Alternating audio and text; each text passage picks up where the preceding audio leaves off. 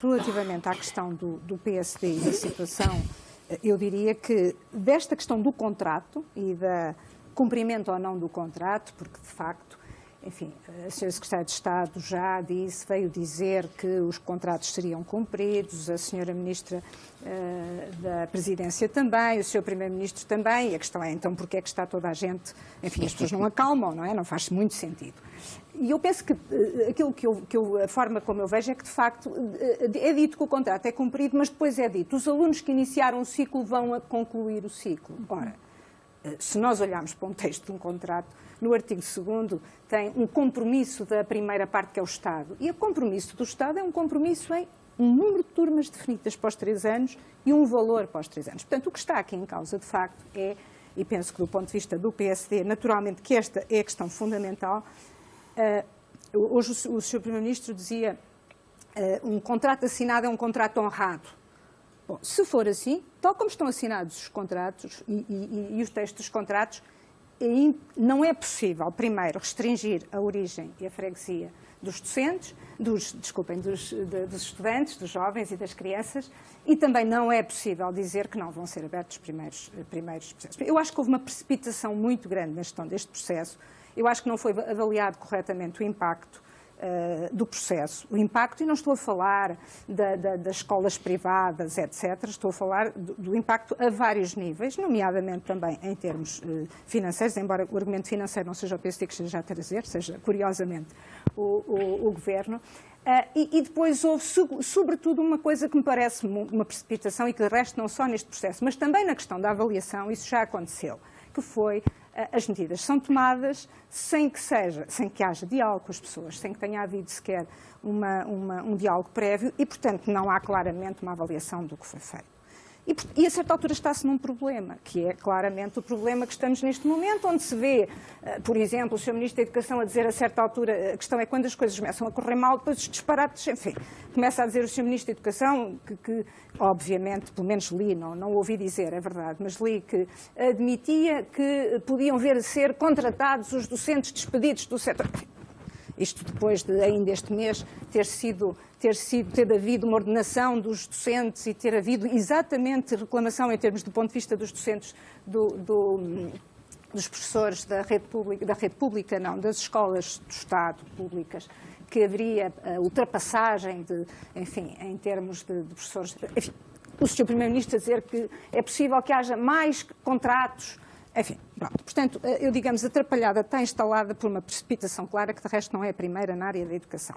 Mas eu tenho que voltar só atrás para dizer duas coisas que não concordo e não posso concordar. E, portanto, eu diria que isto é, o Dr. Marcelo Rebelo ontem dizia muito bem, eu acho que isto é um problema que tem que ser resolvido entre as partes, entre o Estado, que tem que ser pessoa de bem e, portanto, honrar os compromissos, e os colégios, independentemente das questões que estão a ser suscitadas por este episódio, que é o que é uma rede pública, o que é que nós queremos para a rede pública, o que é a escola de qualidade, ou o que quer que seja. E aí é que estamos num outro plano, que é um plano onde há de haver apoios técnicos, que não podem ser tidos, como certamente imaginam, por frases em soundbites de 5 segundos, colar na comunicação social. Tem que haver estudos, e tem que haver estudos que têm que ser razoáveis. Eu não posso compreender que se diga que se ganham, enfim, o IGF, por muita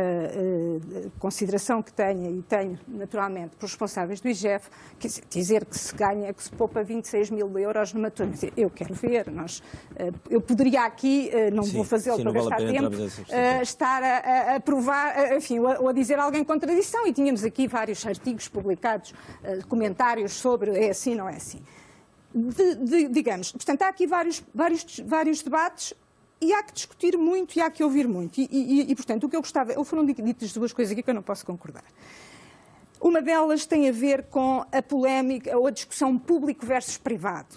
Qualidade no privado, não há qualidade... Eu não posso aceitar entrar nessa discussão, porque eu acho que essa discussão, só quem não conhece o terreno é que sabe que não é discussão, primeiro.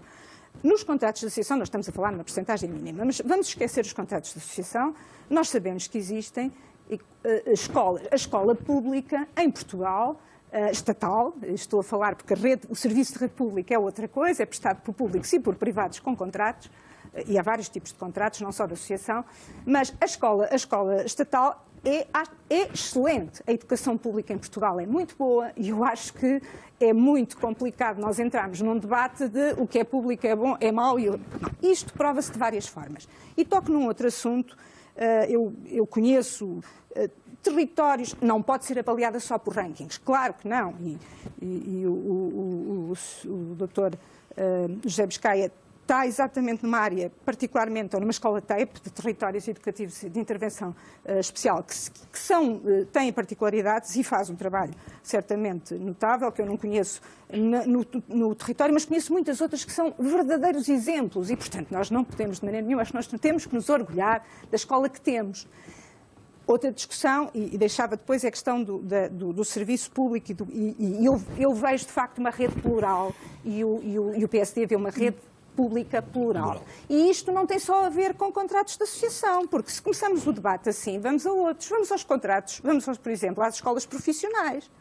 A rede profissional, neste momento, é pública e privada e uma parte financiada, nomeadamente por dinheiros comunitários. Não é?